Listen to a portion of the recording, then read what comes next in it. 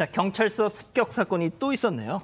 네, 지난 5일 오후 6시 50분쯤 한 40대 남성이 통영경찰서 현관 앞에서 상의를 벗은 채 소란을 피웠습니다. 당시 남성은 술에 취한 상태에서 한 손에 흉기를 다른 한 손에는 깨진 소주병을 들고 여기 들어오면 데리고 간다 이렇게 외치면서 경찰관을 위협했는데요. 경찰이 남성을 진정시키려고 했지만 손에 든 흉기와 깨진 소주병으로 계속 위협을 가하자 결국 테이저건을 쏴서 제압했다고 합니다. 자, 보시는 대로 저런 남성과 경찰의 대치 5분 동안 이어졌습니다. 자, 급박했던 상황 화면으로 보고 가시죠. 진정 좀 하세요. 소장님 모셔올 테니까 얘기 좀 해요. 기다려보세요. 내가 한마디 술 만나 1일 동안 재미고 대화해. 억울한 일이 있으신 것 같은데 저희가 얘기 들어드릴게요. 아이, 하지 마세요. 그렇지. 하면 안 돼. 아니에요. 가나? 가나?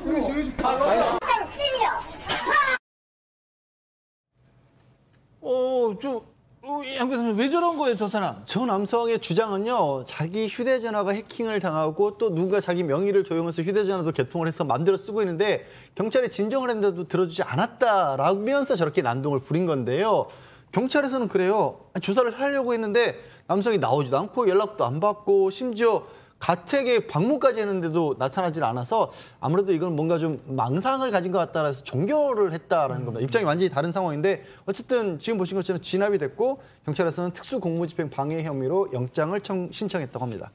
자, 내 휴대전화가 해킹됐다. 딱 여기 이것만 들어도 뭔가 정신이 조금 그렇구나라는 느낌이 드실 텐데. 자, 그런데 박 변호사님, 이번 사건 경찰에서 저렇게 영상을 제공을 해준 데다가 기자들 앞에서 남성을 제압했던 경찰의 테이저건 시범까지 보여줬다고 하는데 그렇죠. 야, 이렇게 좀 이례적이다는 느낌이 듭니다. 그렇죠. 바디캠 영상입니다. 제가 몸에 이제 착용하는 경찰관 몸에 착용하는 그 영상을 공개를 했고요. 실제로 지금 이 제압한 유경입니다. 유경이가 테이저건을 쏘는 모습, 유상민 경인데요. 바로 보여줍니다. 그대로 보여줍니다. 제가 보여줬던 게 뭐 자랑하려고 보여줬기보다는 최근에 있었던 좀 부실 대응 사건들이 꽤 많이 있었어요. 인천, 뭐 여수 등등 그 사건이 계속 일어나다 보니까 경찰들 뭐 테이저건을 잘 못 사용하는 거 아니냐 이런 어떤 언론 여론을 조금 달리 좀 하기 위해서 인터뷰도 하고 직접 테이저건 시범까지 보여준 게 아닌가 그렇게 생각이 듭니다. 자, 그러면 이쯤에서 이번 사건 체크 포인트 짚어보죠. 여수와는 다르다. 자, 방금 박 변호사님도 말씀을 하셨지만 여수에서 그 파출소에 어떤 괴한이 화살총을 쏘고 달아났던 사건. 당시 파출소 안에는 7명이나 되는 경찰들이 있었지만 10분 동안 아무런 대응을 하지 못했다. 그래서 이게 뭐냐 뭐 이런 비판이 쏟아졌었는데 일단 그 모습과는 대비가 됩니다. 그렇죠. 이번 그 사건 같은 경우는 뭐 경찰에서도 직접 그 제압하는 그런 것들을 제공했다라고 하는 것은 상당히 이제 그 적극적으로 잘 대처를 했다라고 하는 것인데 뭐 여러분들 이미 아시겠습니다만은 이 여수에서 그 20대 남성이 파출소에 들어오려고 문을 딱 여니까 문이 잠겨 있으니까 그 틈을 통해서 이제 자기가 가져왔던 그 화살총을 쐈죠. 그 당시 이제 아까 말씀하셨던 대로 7명이 안에 있었는데 이 아크릴판을 뚫고 그리고 책상에 이제 박혔단 말이죠. 그 소리가 굉장히 컸다 그래요. 그러다 보니까 이제 7명이 전부 다 이제 그 누워 있는 상태에서 심지어는 그 안쪽에 있던 사람은 112에다가 뭐 이렇게 지원을 요청했건 어떻게 됐건 우리가 112라고 하면 신고를 한 거잖아요. 근데 112 신고하면 누가 나가야 되냐면 그 파출소에 있는 사람들이 나가야 되는데 그 사람들이 모두 다 예를 들어서 실탄과 권총이 지급이 돼 있는 상태에서 제대로 대처를 하지 않고 그건 한 10분 정도를 그냥 안쪽에 있었다. 이렇게 해가지고 상당히 어떻게 보면은 논란이 있었던 그 사건과는 이번 사건이 상당히 대비가 되는 그런 상황입니다. 자, 그리고 또 효과적으로 이렇게 진압을 했던 사건이 또 어제 서울에서도 있었다면서요? 오전에 홍익지구대에 술에 취한 남성이 들어와서 난동을 부렸다라고 합니다. 갑자기 아무 이유도 없이 들어와서 도어락을 부수고 들어왔고요. 흉기를 지구대 내에 있는 걸 휘둘렀는데 마찬가지로 테이저건으로 제압을 했다고 하는데 이 남성 술에 취해서 자기는 뭘 부순 기억은 나는데 구체적으로 어떤 일을 저질렀는지 모른다라고 얘기는 하고 있다라고 하는데 아무래도 좀 상습범 같은 게 이 남성이 지난 1일에는 또 그 강서구에 있는 지구대도 찾아가서 소란을 피웠다라고 하네요. 참, 이 교수님, 이게 이 경찰서, 파출소, 지구대 뭐 이런 막 괴한들 와가지고 이게 날이 더워져서 그런가? 이게 왜 이런 거죠 도대체? 갑자기? 저는 그렇게 생각하지 않는데 날이 추워도 그렇게 합니다. 아 그렇군요. 예. 그러니까 이제 우리가 옛날에 그 주폭과의 전쟁이라고 했잖아요. 그러니까 이제 술을 마시면 아예 파출소에 전문적으로 가는 사람들이 있어요.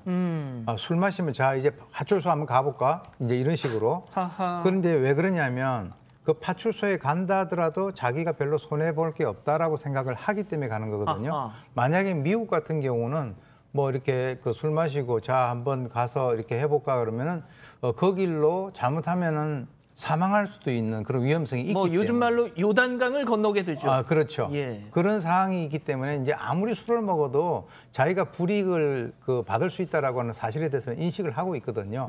지금은 좀 많이 이제 강화가 되긴 했습니다만 아직까지도 보면 동네에서 활당이 돼가지고 한두 명 같은 경우는 술만 먹으면 파출소 찾아가는 사람들이 있어요. 그래서 이제 이런 사람들에게는 거기에 그 어떤 그 적합한 그런 그 엄벌을 가할 수밖에 없는 그런 상황이 되는 것이죠. 제가 오 교수님 말이 사실이라는 거를 제 지인이요. 예. 파출소가 있던 자리, 파출소가 이전한 자리에 사무실을 얻었다가 밤마다 새벽마다 난동 부리는 사람들이 찾아와서 세상에. 몇 달 못 버티고 회사를 옮긴 사람이 있어요. 어쩜 좋아. 그러니까 거기가 파출소인 줄 알고. 파출소는 이미 떠났는데도 술 먹고 취해서 계속 찾아오는 사람들이 있어서 심각합니다, 실제로. 자, 어찌됐든 여수 이 파출소 화살총 사건이 큰 파장을 일으키면서도 경찰 내부에서도 상당히 심각하게 받아들이고 있다는 생각이 드는데요. 일선 경찰들의 이 내부 분위기는 이 바깥의 분위기와는 조금 달랐습니다. 두 번째 체크포인트 짚어보죠. 우리가 죽어야 했나? 이거 무슨 얘기죠? 네, 어제 직장인 익명 커뮤니티 블라인드에 한 경찰청 소속 직원이 올린 글이 올라왔는데요. 제목은 경찰관이 죽었어야 했던 거죠. 이렇게 올라왔습니다. 이 여수파출소 화살총 사건에서 경찰 대응이 미흡했다는 비판에 대해서 정면으로 반박하는 내용이었는데요. 그 순간에 경찰관이 석궁에 맞아 죽었으면 경찰관은 순직이라고 글을 써줬겠냐. 오히려 석궁 하나 대비 못하고 피습당했다고 쓰셨을 것 같다. 이렇게 글이 올라왔습니다. 예. 자, 사건 발생 당시 112에 셀프 신고를 했다. 이런 논란에 대해서도 또 얘기를 했더라고요. 이게 좀 사실 말이 좀 많았던 것 같아요. 경찰이 경찰을 신고한다. 이게 뭔 말이냐. 이 부분이 가장 좀 이렇게 보기에는 어색하기도 하고 비난을 계속 받았던 것 같은데 그거 관련해서 여러 가지 얘기들이 좀 있어요. 무전기로 지원 요청하는 것보다 112로 상황실에 만약 지원 요청을 하면 권역으로 명령이 떨어지기 때문에 효율적이다라고 하는 또 경찰관들도 있고요. 또 이게 의미가 좀 있는 게 112에 신고했다가 아니라 112에 지원 요청했다라고 보도가 됐으면 보도가 만약 그래 됐으면 비난이 덜했을 건데 용어가 문제다라고 또 얘기를 하고 있고요. 그러니까 우리 여론이나 아니면 국민들이 봤을 때는 어디 경찰이 신고하느냐 근데 그게 신고가 아닌 어떤 지원 요청이라든지 또 권역 이런 걸로 봤을 때는 그게 비난받을 일인가 이렇게 해서 생각을 좀 해볼 거리는 있는 것 같습니다. 예. 자, 이 경찰 내부의 주장에 대해서 이걸 보도한 뉴스의 베스트 댓글 제가 하나만 좀 소개를 해드리면 당시 파출소 내에서 엄폐하고 지원 요청했던 것까지 오케이. 자, 문제는 지원이 올 때까지 용의자가 일반 시민을 대상으로 추가 범죄를 저지를 수도 있었는데 그걸 막기 위한 행동을 당시 현장 경찰들은 했느냐. 이게 문제다라고 지적을 하더라고요. 제가 이제 이런 말씀을 드리면 일부 경찰관들은 좀 섭섭하게 생각을 할 줄 모르겠다라고 하는 그런 전제하에서 말씀을 제가 드립니다. 지금 사실은 핵심은 그게 아니에요. 112에 전화를 했다 안 했다 그게 핵심이 아니고 그런 상황이 발생했을 때 7명의 경찰관이 10분간 아무런 조치를 하지 않고 그냥 가만히 있었다라고 하는 것은 이건 팩트 아닙니까? 그러니까 그러면 앞으로 그게 별 문제가 없다라고 생각을 하시면 앞으로도 저런 상황이 벌어지면 계속 그렇게 하면 되는 거예요. 그렇다면 과연 지금 이제 이 경찰관들에게는 매뉴얼이 있습니다. 그러니까 어떤 그 위협이 있을 때 어떤 식으로 대처를 하라라고 하는 것이 있거든요. 지금 보면 수능, 소극적 저항, 적극적 저항, 폭력적 공격, 치명적 공격인데 이거는 치명적 공격에 해당이 되잖아요.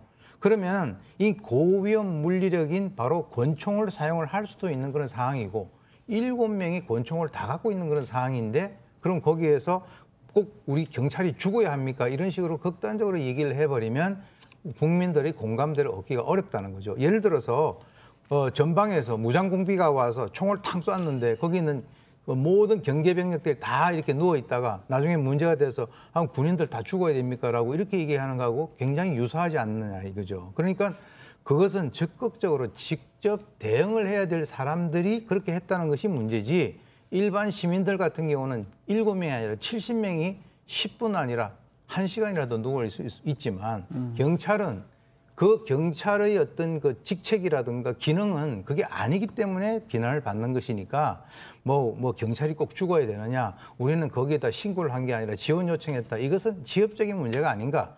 제가 봤을 때는 이번 기회에 그냥 딱 이건 잘못했다. 왜 그러냐면 경찰 자체에서 지금 현재 잘못됐다라고 판단하고 거기에 대해서 지금 감찰 조사하고 있지 않습니까? 그리고 거기에서 또 이제 나오는 얘기들은 그 사항 일지 같은 것이 좀 위조가 됐다 이런 얘기도 있으니까 잘못한 거는 그냥 잘못했다라고 하고 또 고치면 됩니다. 저는 그렇게 생각합니다.